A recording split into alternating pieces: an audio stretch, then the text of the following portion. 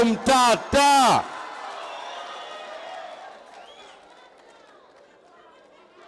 Na kwa niaba ya watu wa Mount Kenya, Mheshimiwa Okiya Omtata, tunataka tukushukuru.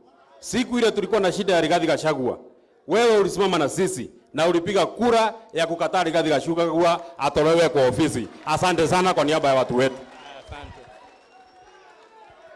Baba Askofu na mapadri na kanisa andalizi, familia ndugu wangu Kinyua na ndugu zangu wengine ambao tumekuja hapa kuombeleza, poleni sana. Tumekuja kumuaga ndugu wetu, mzee wetu ambaye ametuaga, na mimi hapa nimekuja na nimefurahi kuona kwamba hapa watu wameshaamua kwamba hakuna Zakayo tena, si ndio? Nimeona hiyo ni mzuri kwa sababu Kenya haitaingizwa kwenye shimo, na Kenya ni moja. Penye mimi natoka, eneo inaitwa Bumala, ni village. MCA anaitwa Pashmat Maina, ni Mkikuyu, na yeye ndio Mkikuyu peke yake area hiyo, lakini amechaguliwa kuongoza kama MCA. Na hiyo kutambua kwamba wa Kenya tuko watu wa moja, ni mwenye na kufikiria kwamba atatenga kabila moja, haitakubalika.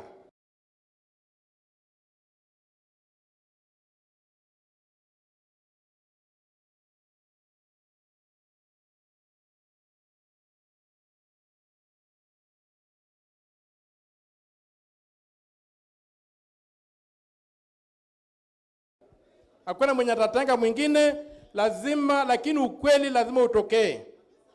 Hii mambo imesemekana kwamba watu wataingia kwa wananchi wa Kenya bila kukaguliwa, hiyo ni ndoto.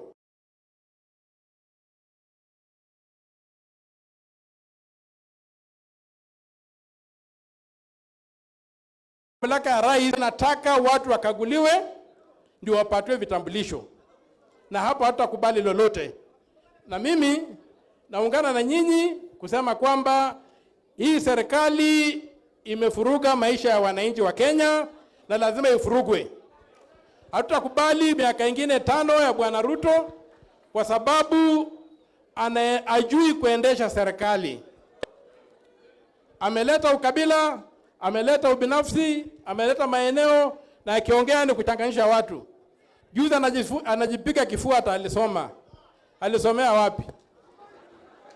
Nani aliona akisoma? Tumuliona juu ya magari kila siku. Alikuwa anasoma saa ngapi? Kenya wajinga walikufa. Tunaelewana? Watu wako hai na kwenda mbele na maendeleo ndio tunataka. Serikali ambayo haithamini haki ya wananchi haina sababu ya kutawala. Pia hii ushuru ambayo imewekwa juu, huu mwaka umepita tumelipa shilingi trilioni 1.7 kulipa deni. Kwa hiyo pesa trilioni 1 imeenda kulipa interest, bilioni 7 peke yake ndio imeenda kulipa ile madeni imekopwa. Na ukienda kwa vitabu utapata kwamba wamekopa pesa bila kupitia bunge. Bunge iliruhusu kwamba tukope shilingi bilioni 2.7, lakini wamekopa zaidi ya shilingi bilioni 9. Hiyo pesa ingine lazima watuambie walikopa na ilienda wapi.